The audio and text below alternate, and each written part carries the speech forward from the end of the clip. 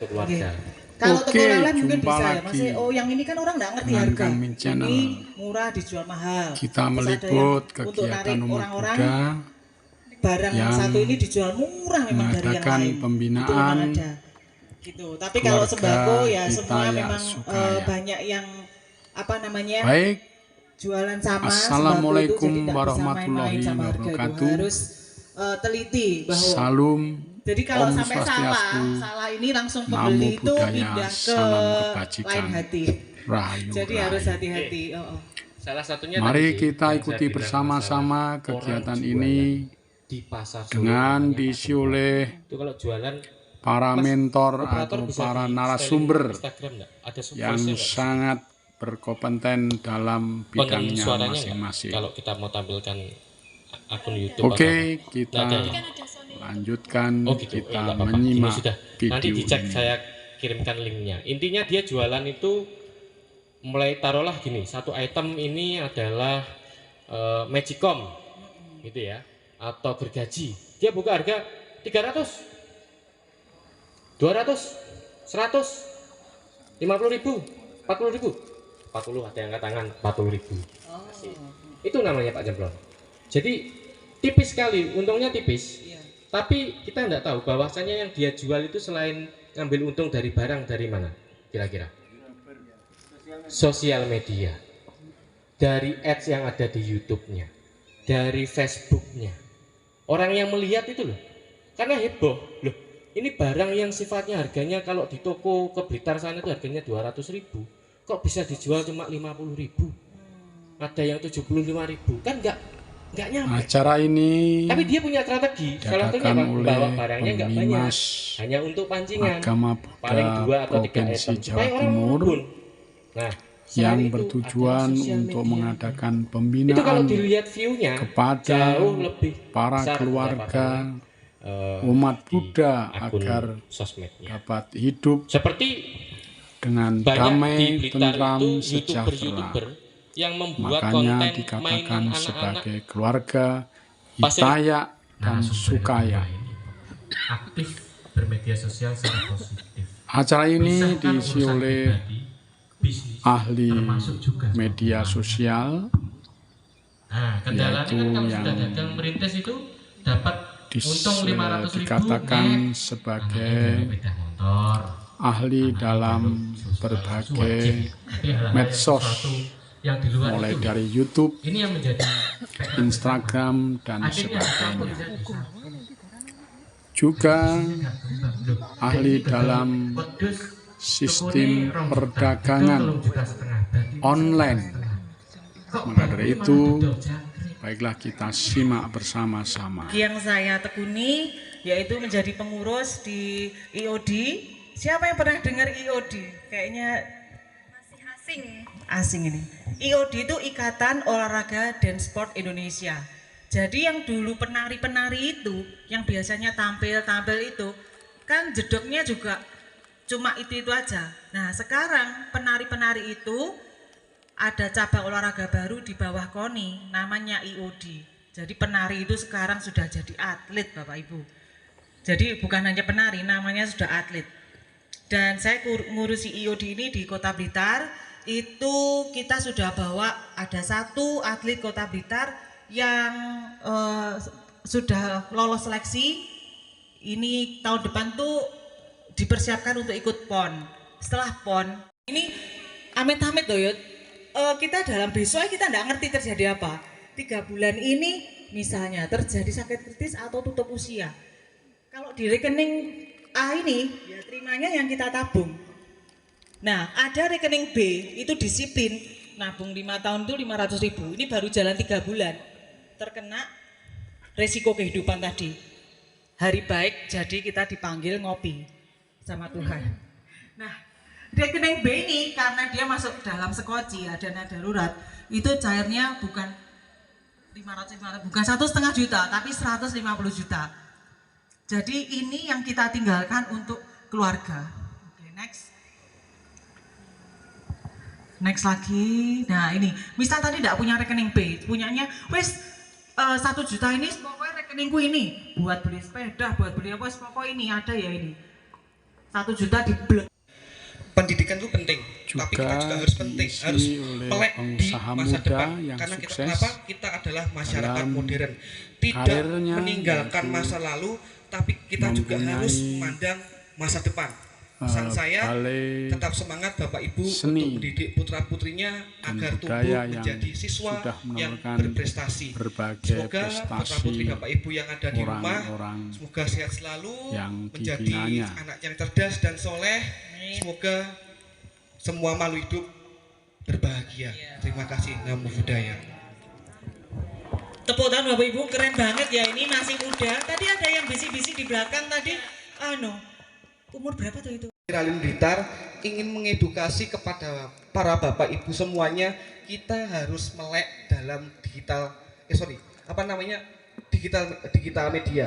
Nah, Bapak Ibu barangkali jenengan masih kesulitan dalam menggunakan sosial media. Contoh bagaimana sih kita harus motivasi mendapatkan view kepada yang banyak ribuan ratusan jutaan agar yang pertama adalah konsisten, apapun itu kuncinya konsisten. Yang telah saya dulu juga seperti itu. Wah, ini Mas Dewa, anaknya ini opo iso ngulang matematika. Saya dulu sering diejek, diremehkan. Tetapi sekarang saya buktikan, saya bisa berdiri di sini, bisa mempertahankan bimbel saya lebih dari 15 tahun bersama kakak saya. Dan juga saya juga berterima kasih kepada Mbah Wo sudah mengajak saya, karena saya masih muda, saya masih banyak belajar bagaimana caranya memberikan edukasi kepada semua orang. Intinya harus positif Bapak Ibu nggih. Tetap semangat, karena kenapa? Pendidikan nomor 1. Karena saya sudah banyak mengorbitkan siswa-siswa berprestasi mendapatkan OSN Matematika tingkat nasional, provinsi, meloloskan siswa berprestasi masuk SNBT maupun SNBP. Karena kenapa? Semuanya belajar dari 0 sampai 100 itu perjalanannya jauh, nggak ada yang namanya instan. Maka dari itu kita harus tetap produktif, semangat untuk menciptakan generasi yang berprestasi dan juga memiliki integritas tinggi. Terima kasih. Keren. Ini sebetulnya harmonis. Baik, langsung saja kami perkenalkan yang ada di samping saya ini adalah Mbak Yeni, lengkapnya Mbak Yeni Rofikoh ya, dari psikolog RSUD Ngudi Waluyo. Terkait dengan materi tadi, bagaimana membentuk suatu keluarga yang harmonis sejahtera. Tadi sebelumnya sudah disampaikan bagaimana cara mengatur keuangan dan sebagainya. Nah, ini salah satu materi yang tidak kalah penting bagaimana membentuk suatu keluarga yang sejahtera, yaitu dari sisi psikologis. Kita tahu Bapak Ibu semuanya bahwa zaman sudah berbeda ya Bapak Ibu ya. Zaman sudah berbeda. Pola asuh pun juga sangat berbeda. Nah, menghadapi tantangan seperti itu, bagaimana sebaiknya kita sebagai orang tua mendidik anak-anak kita ya, atau kita sebagai anak menempatkan diri sebagai anak kepada orang tua, itu yang mungkin akan disampaikan oleh Mbak Yeni dari sisi psikologisnya. Dan nanti juga boleh di sesi tanya jawab Mbak Yeni ya, ada juga sesi tanya jawab, dan kami juga bawa oleh-oleh nggak banyak, mungkin souvenir ya, ada 4 nanti boleh bagi penanya, ada mendapatkan souvenir dari kami. Baik, selanjutnya kepada Mbak Yeni kami persilahkan. Oke, makasih Mbak Ulfa. Oke, selamat pagi Bapak Ibu semua. Perkenalkan, saya Mbak Yeni. Ben awet muda dipanggil Mbak nggih. Saya izin nanti agak jalan-jalan karena ndak enak kalau di depan kayak patung dewi. Oke, masih nyambung sama yang tadi soal dunia digital. Sekarang Bapak Ibu kalau mau jujur, ketinggalan HP sama ketinggalan dompet itu bingung mana? Dompet. Kok dompet kalau isinya Pak? Oke, ya memang dunia kita memang sudah berubah ya. Sekarang bayar pakai HP juga bisa. Dokumen semua sudah dipindah di HP. Jadi kalau nggak punya HP itu kayak kehilangan nyawa separuh gitu ya. Oke, jadi hari ini saya pengen sharing ya. kita diskusi karena apa yang saya sampaikan ini sebenarnya akan teori, tapi prakteknya akan sangat berliku, unik dan naik-naik atau dia menjatuhkan barang seperti itu. Jadi lakukan tugas yang sambil bisa didampingi anak. Jadi misal mau bersih-bersih, ya nak, we pegang kemoceng, we sulak-sulak ini, atau nak kamu melipat baju, meskipun itu baju yang nggak perlu dilipat. Jadi anak punya aktivitas, jangan dibiarkan sendiri. Tidak harus mendampingi dia di depan HP, tidak. Memang sebaiknya malah yang bagus seperti itu kalau memungkinkan. Jadi misal ibunya masak di dapur, kena ini kamu motongin sayur, kasih sayur yang potongan. Masih jadwalnya Mbak Yeni, mau konsultasi, mau daftar, atau mau tanya layanan apapun di Rumah Sakit Ngudi, silahkan. Nomornya sudah siap semuanya, boleh disimpan nomor customer service-nya Rumah Sakit ini 0811 3051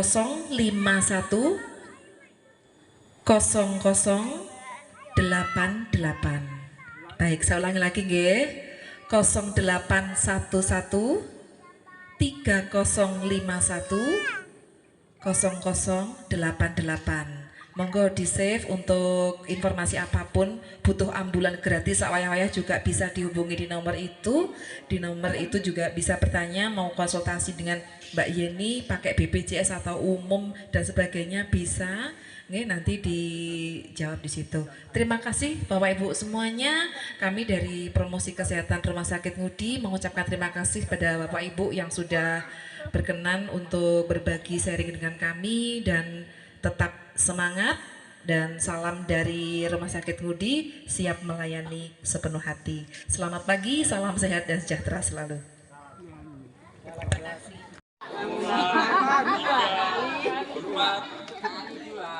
Balik lagi. 1, 2, 3, 4. Oke, selesai. Putar lagi. 1, 2, 3, 4, 5, 6, 7, 8. Kembali lagi ke belakang. Diputar lagi. 1, 2, 3, 4, 5, 6, 7, 8. Oke, sudah cukup. Silakan duduk kembali.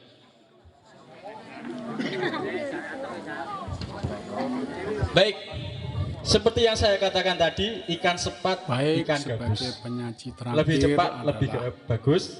Romo Ikan sepat, ikan Pandita mujair Sutoyo lebih cepat, segera yang cair. akan memberikan Baik, uraian tentang untuk materi kali ini saya akan keluarga membacakan Bugis, sedikit bagaimana biodata beliau, agar yaitu dapat yang hidup bernama lengkap sejahtera, Romo Pandita damai, Romo hidup Sutoyo rukun, SAG.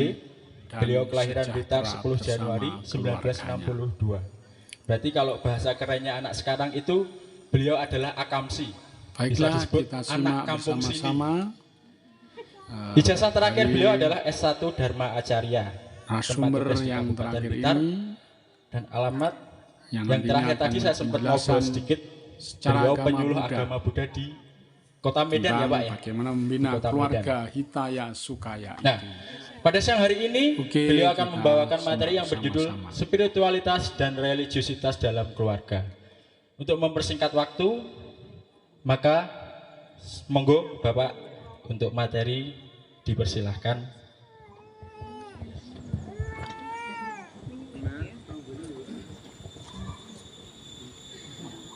Terima kasih pada moderator.